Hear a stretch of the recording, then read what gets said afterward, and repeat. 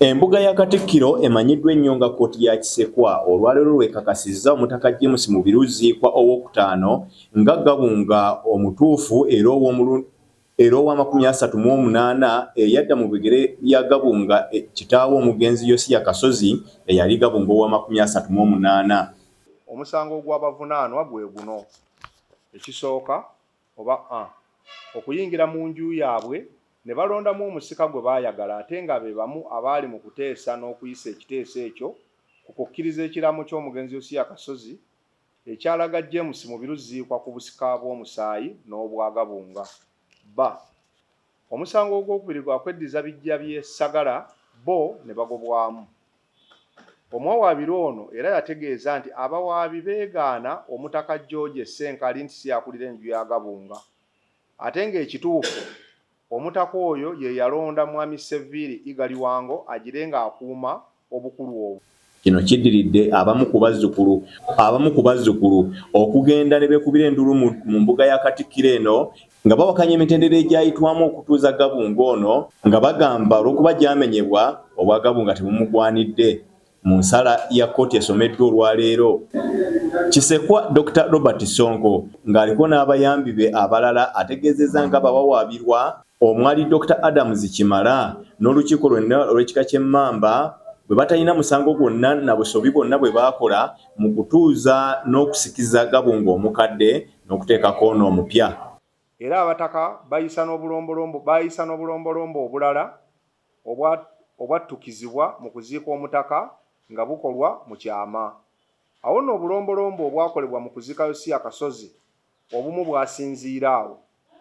Ebyo byonna okusinziira ku bujulizi ebyakolebwa mu kussa James Mubiruzi kwa ku bukulu bw'ekika ky'Emmamba byagoberera emitendera emituufu era egy'ennono. Olukiiko lw'eddiiro luno kyeruvudde lusalawo nti abawawaabirwa tebalina musango gwonna mu nnono ya Buganda gwe bazza mu nteekateeka zonna ezabatuusa ku kussaako Gabunga James Mubiruzi kwa. Awo nno abawawaabirwa omusango gwe babawaabira bagwejjeeredde. Abawawaabira mwalimu omuzzukulu Erusania Seviri Galiwango, Ruth Ndagire, Alex Ndiwalana, Saako Mirembe Ruth nga bonna mu kkooti babaddewo. Bano baawakanya emitendera egyayitibwamu okutuuza Gabunga James Mubiruzi ku Owookutaano. Wabula kkooti era etegeezezza ng'omugenzi Gabunga owa37 Yosia Kasozi mu kiraamo kye bwe yali yalambika omusika we James Mubiruzi kwa era nga ye yalina okumusikira mu musaayi ate ne ku kasolya ako kennyini ak'Emmamba. Okusinziira ku nnono ya Buganda edda ku busika, omwana asikira kitaawe era omuzzukulu naye asobola okusikira jjajjaawe. Era ennono eyo eraga nti n'obukulu bw'ekika buba bwa nsikirano. Omwana oba omuzzukulu baba nga tebasaanidde olwo ne bakebera mu batoobe bano be baganda b'omugenzi abamuddako ne bajjayo omusika we. Awo nno omuntu yenna okulaamira omu ku abo abaagoberedde ennono. Ennono y'emu eraga nti obusika tebudda mabega. Awo nno obusika bwa Yosia Kasozi bwali tebukyayinza kudda mu musaayi gw'abaganda be bw'abagabunga ab'emabega. Omutaka Sonko era ategeezezza nti ebyo ebisaliddwawo mu kkooti eno eya embuga ya Katikkiro si tebigendereddwamu kwawula kika wabula okulungamya obulungamya n'okugatta abazzukulu okuddamu okutegeeragana n'okukkiriziganya kw'ebyo ebibadde bigenda mu maaso.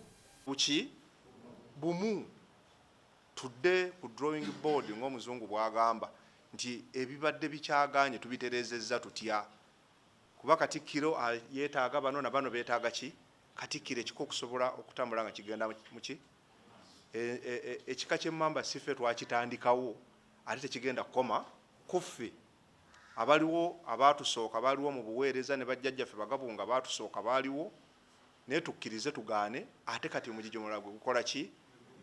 Era omusango guno gwaleetebwa ku lukiiko lw'eddiiro olukadde, olukiiko lwali olwokuna kati n'olukiiko lwe lwokutaano.